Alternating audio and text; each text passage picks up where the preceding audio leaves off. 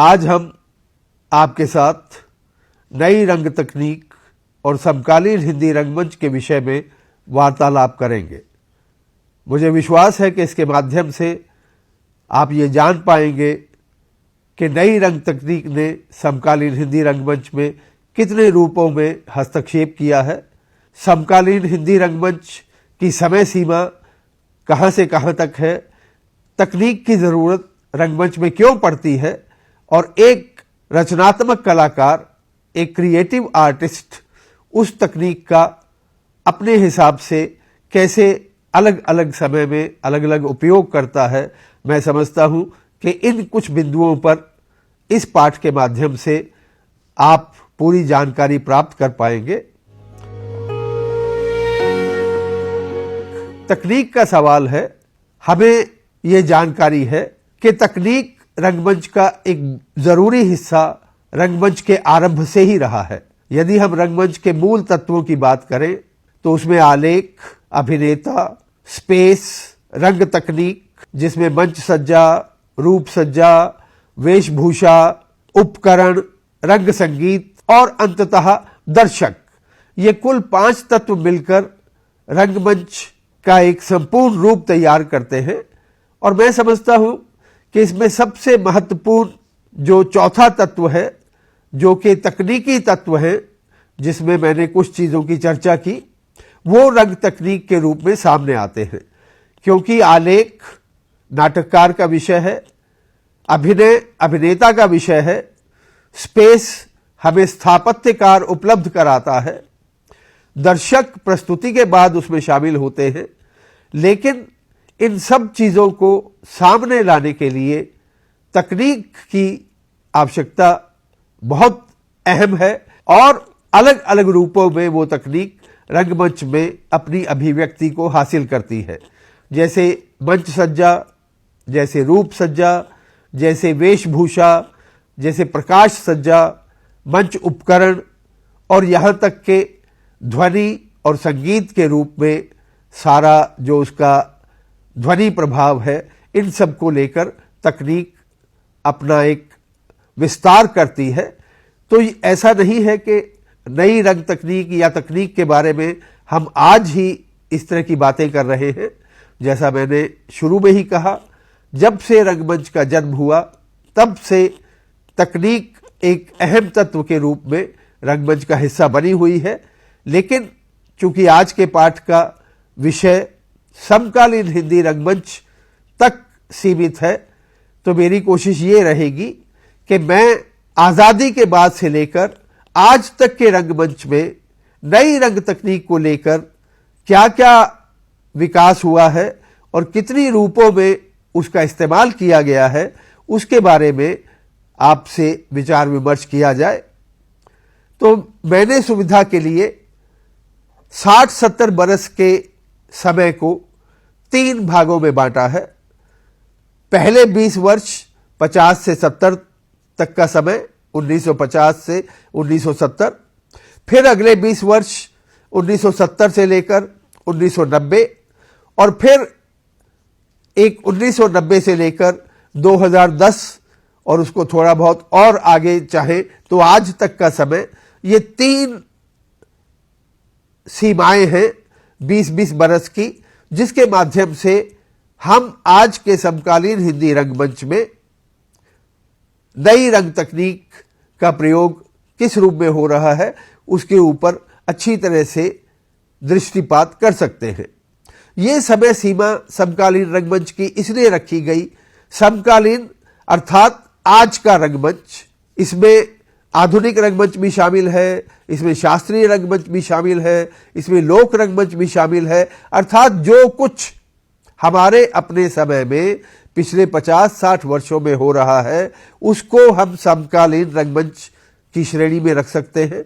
दूसरा, समकालीन हिंदी रंगमंच से हमारा यह भी अभिप्राय है कि रंगमंच को हमेशा अपने समय के लिए सार्थक होना है, इसीलिए वो समकालीन भी है और सार्थक भी है। जैसा कि मैंने अभी अभी कहा कि आज जितनी भी तरह का रंगमंच हो रहा है, अंततः उसको अपने समय के लिए सार्थक होना है। तो ये दो बातें बहुत महत्वपूर्ण है समकालीन हिंदी रंगमंच के लिए। तो मैं समझता हूं कि अब हम इन तीन अलग अलग दौर में तकनीक किस रूप में हमें रंगमंच में दिखाई पड़ती है उसके बारे में खुलकर बातचीत कर सकते हैं। जैसा कि मैंने कहा कि 50 से 70 का दौर जो कि पहले 20 वर्ष है, उसमें जिस हिंदी रंगमंच से हमारा सामना होता है वो मुख्यतः यथार्थवादी रंगमंच का दौर है। 50 से लेकर 70 के बीच में हम देखें, मोहन राकेश, सुरेंद्र वर्मा, भीष्म साहनी, शंकर शेष, जो भी हिंदी का बड़े से बड़ा नाटककार है, वो जिस मुहावरे में अपने नाटकों की रचना कर रहा है वो शुद्ध यथार्थवादी मुहावरा है। यथार्थवादी रंगमंच हम इसको क्यों कहते हैं? क्योंकि इसमें जीवन की अभिव्यक्ति, इसमें जो भी कथानक है उसकी अभिव्यक्ति उसी मुहावरे में की जा रही है जिस मुहावरे में हम अपने वास्तविक जीवन में बोलते हैं, वास्तविक जीवन में व्यवहार करते हैं, वास्तविक जीवन में जिस तरह से चलते हैं, अपने हाव भाव प्रदर्शित करते हैं। ये सारे नाटककार भी उसी मुहावरे में अपने कथ्य को अभिव्यक्ति दे रहे हैं। तो जाहिर है इस दौर की जो भी तकनीक या प्रविधियां हैं वो उसी के साथ अपना सहयोग करती हैं। जैसे कि मंच सज्जा इस दौर में बहुत महत्वपूर्ण उसका एक तत्व है। इसी के साथ साथ प्रकाश सज्जा, वेशभूषा पूरी एक यथार्थवादी परिकल्पना लिए हुए, और रंग संगीत भी एक कहीं ध्वनि के तौर पर, कहीं एक टिप्पणी के तौर पर, कहीं एक व्याख्या के तौर पर वो संगीत के रूप में हमारे सामने आता है। तो इस तरह से यथार्थवाद में तकनीक उसके जो भी प्रस्तुति के पहलू हैं उनको रेखांकित करती है और बराबर उसके साथ चलती है। जैसे कि नाटक का आरंभ अंधकार, उसके बाद प्रकाश, उसके बाद संगीत, और फिर अभिनेताओं की गतियां और उन गतियों को पकड़ता हुआ प्रकाश, उनकी वेशभूषा, और मंच सज्जा के नाम पर हो सकता है कि वो ड्राइंग रूम का सेट हो, या कि किचन का सेट हो, या कि बेडरूम का सेट हो, या कि क्लासरूम का सेट हो। तो जैसा मैंने कहा कि तकनीक भी उसी यथार्थवादी दृष्टिकोण को हमारे सामने रखने की कोशिश करती है। ये दौर 1950 से लेकर 1970 तक अनवरत रूप से कमोबेश हर नाटक और हर नाटककार की रचनाओं में हमें दिखाई पड़ता है, और उनकी प्रस्तुतियां भी इसी यथार्थवादी फ्रेम के दायरे में बंधी हुई दिखाई पड़ती है, और तकनीक भी उसी के साथ अनुशासित होती है। लेकिन 70 के आसपास आते आते हमारे रंगमंच के बड़े बड़े चिंतक, हमारे रंगमंच के बड़े बड़े दार्शनिक, हमारे रंगमंच के बड़े बड़े सर्जक कलाकारों के मन में इस सोच ने जन्म लिया कि हम आज़ाद हो गए, 1947 में देश स्वतंत्र हो गया, हमने अपनी निजी एक शासन पद्धति की शुरुआत की, तो कलाओं के क्षेत्रों में हमारा अपना क्या है, हमारा निजी क्या है जिसको हम दोबारा से शुरू करें। यथार्थवाद को हमने पश्चिम से आयातित किया और उसी के आधार पर अपनी नाट्य रचना कर रहे हैं। क्यों नहीं हम अपने देश की पुरानी नाट्य परंपराओं की तरफ लौटे, जैसे लोक नाट्य परंपरा, जैसे शास्त्रीय नाट्य परंपरा, और उनके कुछ विशेष तत्वों को लेकर नए नाटकों की रचना का काम शुरू किया जाए। उन तत्वों के माध्यम से आज के कथ्य को अभिव्यक्त किया जाए। इस तरह की कोशिशें, उन पर बहस हुई, और हम देखते हैं कि 70 के आसपास एक साथ कई भाषाओं में ऐसे नाटक लिखे गए जो अपनी रचना में, अपनी संरचना में लोक नाट्य तत्वों का इस्तेमाल कर रहे हैं।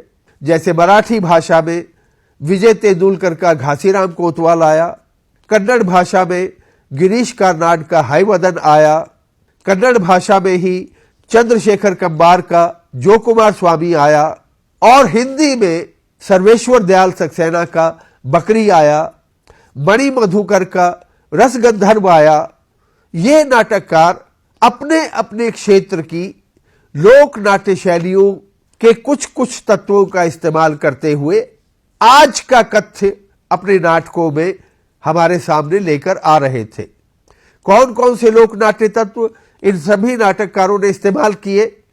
गीत, संगीत, कोरस का इस्तेमाल, सूत्रधार का नाटक में चले आना और नरेशन किया जाना सूत्रधार के द्वारा, बीच बीच में कथा को रोककर गायकों द्वारा उसके ऊपर कोई टिप्पणी किया जाना, और नृत्य का इस्तेमाल, खूब संगीत मंडली का मंच पर ही बैठे होना।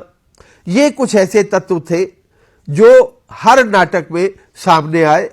जैसे अगर हम हिंदी रंगमंच तक अपनी बात को सीमित रखें तो जिन दो नाटकों की मैंने चर्चा की, जैसे सर्वेश्वर दयाल सक्सेना का बकरी, तो उन्होंने उत्तर प्रदेश की लोक नाट्य शैली नौटंकी के तत्वों का इस्तेमाल किया, जिसमें नाटक के आरंभ में नट और नटनी आकर नाटक को इंट्रोड्यूस करते हैं, नाटक का परिचय देते हैं, और उनके जो संवाद हैं वो उसी नौटंकी की गायकी में है। और उसके बाद मूल रचना या कि मूल नाटक आरंभ होता है, जो कि एक राजनीतिक कथ्य को लेकर लिखा गया है कि किस तरह से चुनाव के दिनों में अलग अलग पार्टियां और उनके नेता जनता से वोट मांगने के लिए उनको बरगलाते हैं, उनको फुसलाते हैं, और किस तरह से ज़्यादा वोट किस पार्टी के खाते में आए, इसके लिए वो सारी तिकड़में रचाते हैं। और यहाँ तक कि गांधी जी को और गांधी जी की बकरी को एक बहाने के रूप में इस्तेमाल करते हुए जनता को उस अपनी तरफ आकर्षित करने की कोशिश करते हैं। मैं जिस बात पर जोर देना चाह रहा हूं कि ये एक आज का कथ्य है कि व्यक्ति, राजनीति और समाज का संबंध, उसको नाटककार ने नौटंकी जैसे तत्वों का इस्तेमाल करते हुए बहुत ही आकर्षक ढंग से, बहुत ही मोहक ढंग से दर्शकों के सामने रखने की कोशिश की है।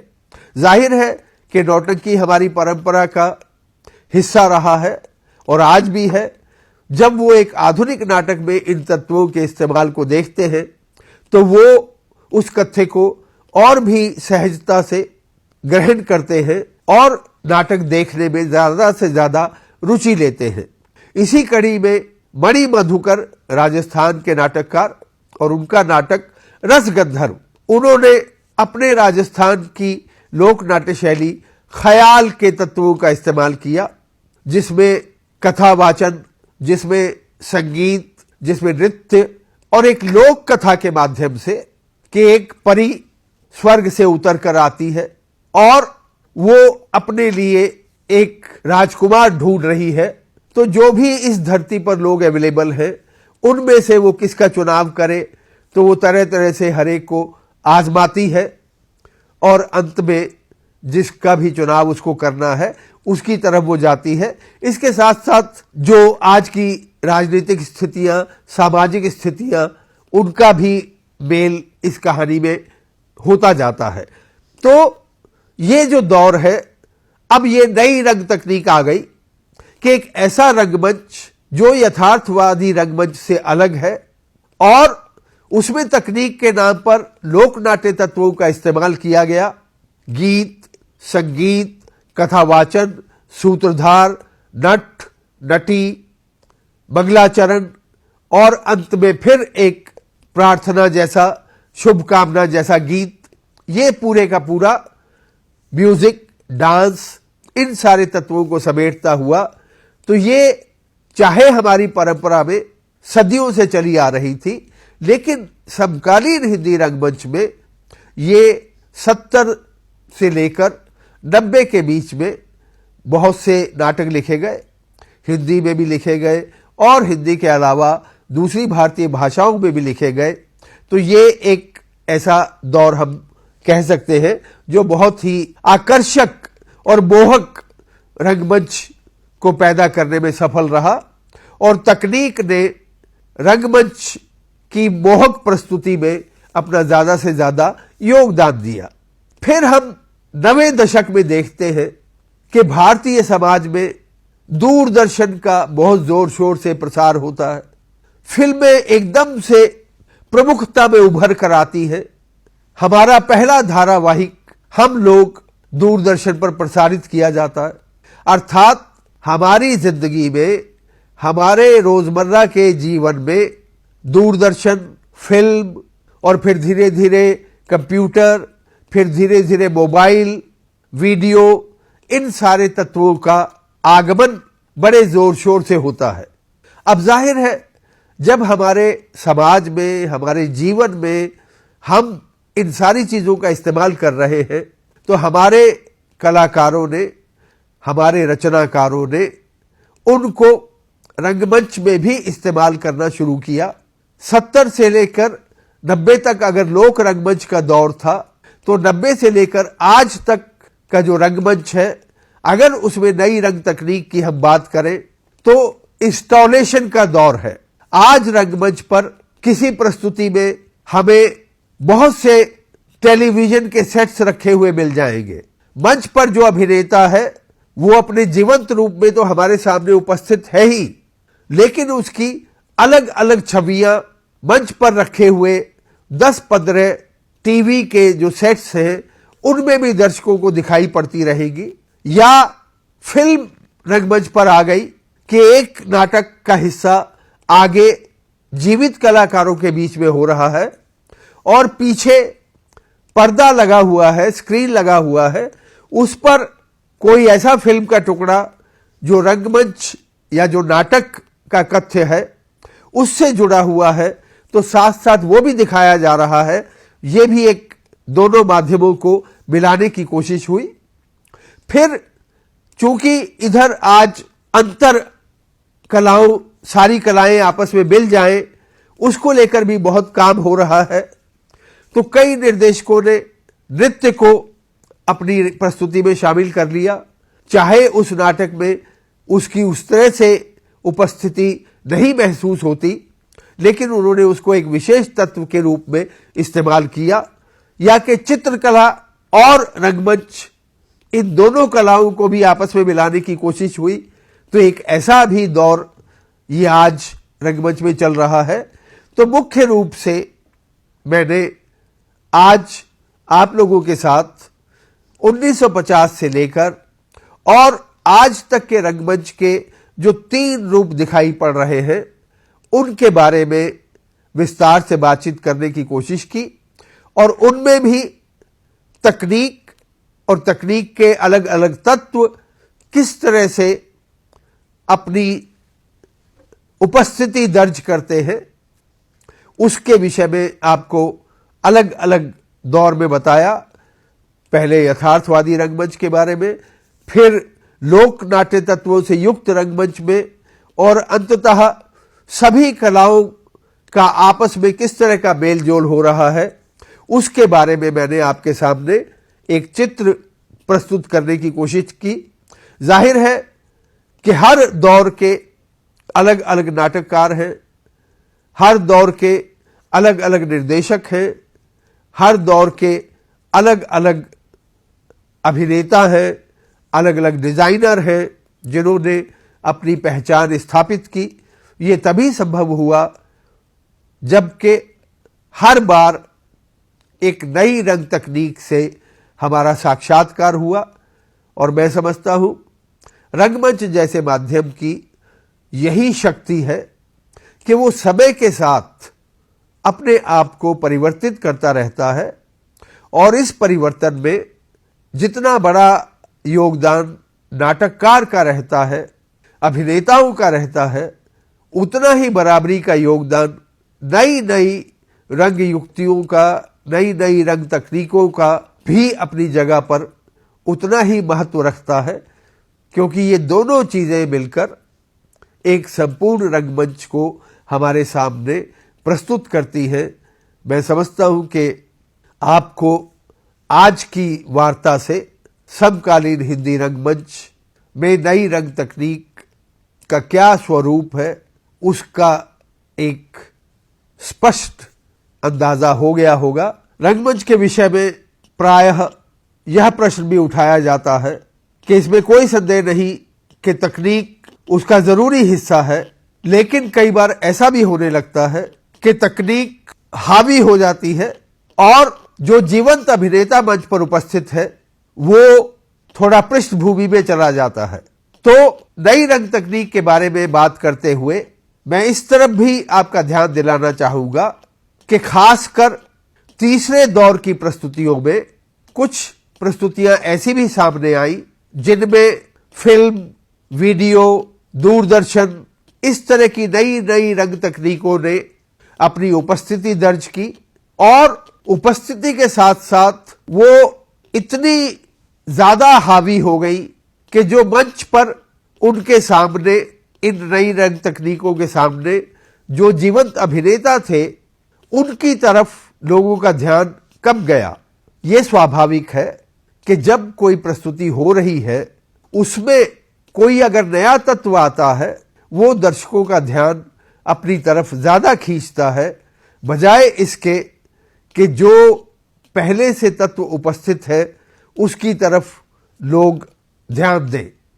तो ये खतरा मैं समझता हूं इसकी तरफ इशारा किया जाना चाहिए कि हम नई रंग तकनीक को इस्तेमाल करें और खूब करें, लेकिन इस बात के लिए सचेत रहना होगा कि वो हमारे नाटक के मूल कथ्य पर, हमारे नाटक का जो सबसे महत्वपूर्ण तत्व है अर्थात अभिनेता, उसको हाईलाइट करने का काम करे, उसको आगे लाने का काम करे, ना कि वो खुद ब खुद महत्वपूर्ण हो जाए और नाटक का कथ्य और अभिनेता नेपथ्य में चले जाएं। मैं समझता हूं अगर ऐसा होना लगेगा तो फिर रंगमंच और फिल्म में क्या अंतर रह जाएगा। हम रंगमंच पर अगर इन नई तकनीकों का इस्तेमाल कर रहे हैं तो इसलिए कर रहे हैं कि हमारी रंगमंच की प्रस्तुति ज्यादा से ज्यादा असरदार हो, ज्यादा से ज्यादा आकर्षक बने और नाटक के कथ्य को आगे लाने में हमारी मदद करे, क्योंकि इसमें कोई संदेह नहीं कि फिल्म अलग माध्यम है, रंगमंच अलग माध्यम है। इसमें दोनों में अभिनय का हिस्सा रहता है, लेकिन दोनों की तकनीक अलग अलग है। रंगमंच में फिल्म आ रही है तो उसे रंगमंच की शर्तों पर आना होगा, ना कि रंगमंच में फिल्म का आना रंगमंच को पूरी तरह से खत्म करने के लिए हरगिज नहीं होना चाहिए। ये सवाल 21वीं शताब्दी में नई नई रंग तकनीकों के आने के बाद रंगमंच के अस्तित्व को लेकर यह सवाल भी उठाया गया है कि क्या इन नई नई तकनीकों के प्रकाश में रंगमंच बहुत दिनों तक जिंदा रह सकता है। आज सारे चिंतकों के बीच में इस सवाल पर जोरों से बहस हो रही है, लेकिन हमारा विश्वास है कि तकनीकें कितनी भी आए और रंगमंच में उनका कितना भी इस्तेमाल हो, लेकिन रंगमंच हमेशा जीवित रहेगा, हमेशा जीवंत रहेगा। इसका सबसे बड़ा कारण है कि रंगमंच जीवंत अभिनेताओं का माध्यम है, अर्थात जब तक आदमी जीवित है तब तक रंगमंच भी जीवित रहेगा। कई विद्वानों ने रंगमंच की तुलना फिनिक्स नाम के पक्षी से की है, जिसे अग्नि पक्षी कहा गया है कि ये उस अग्नि पक्षी की तरह से है जो बार बार आग में जलकर भस्म होता है और फिर उस राख में से उठकर दोबारा से जीवित हो उठता है। तो जब रंगमंच इतना शक्तिशाली माध्यम है कि वो कभी समाप्त नहीं होने वाला। क्यों समाप्त नहीं होने वाला? क्योंकि जब तक आदमी की उपस्थिति मौजूद है, जब तक आदमी जिंदा है, तब तक रंगमंच जैसा लाइव मीडियम, रंगमंच जैसा जीवंत माध्यम भी उसके साथ हमेशा रहेगा। तो मेरा कहने का अर्थ यह है कि जितनी भी तकनीकें हैं, हम इतिहास उठाकर देख सकते हैं। 1895 में फिल्मों का जन्म हुआ, 1950 के आसपास दूरदर्शन आया और 80-90 के आसपास कंप्यूटर, फिर उसके बाद मोबाइल और जितने भी ये सारे माध्यम हमको दिखाई दे रहे हैं, लेकिन कितनी तेजी से ये सारे माध्यम अपना स्वरूप बदलते जा रहे हैं। आज जो मोबाइल हमारे सामने है, कुछ दिनों के बाद वो बिल्कुल निरर्थक होने लगता है, उससे भी आगे का कुछ हमारे सामने आ जाता है। लेकिन इन सारे परिवर्तनों के बीच अगर हम रंगमंच को देखना चाहें तो वो अपनी जगह पर मौजूद है। अगर हम रंगमंच को देखना चाहें तो वो अपनी जगह पर मौजूद है। बेशक उसका स्वरूप हर दौर में बदलता रहा है, लेकिन अभिनेता, आलेख और दर्शक, ये तीन उसके ऐसे तत्व रहे हैं जिन्होंने हमेशा एक साथ अपनी उपस्थिति को दर्ज किया है। तो मैं समझता हूं कि ये बहुत बड़ी बात है। तकनीक उसके साथ साथ चली और हमेशा उसके साथ चलना है, नहीं तो फिर रंगमंच की कोई सार्थकता अपने अकेलेपन में मुझे नजर नहीं आती और तकनीक की भी कोई सार्थकता अलग से नजर नहीं आती। तकनीक रंगमंच के लिए है, ना कि रंगमंच तकनीक के लिए। अगर इन दोनों का तालमेल ठीक से बैठ जाए तो बहुत अच्छे से अच्छा रंगमंच हमेशा होता रहेगा, इसको लेकर कोई संदेह नहीं है।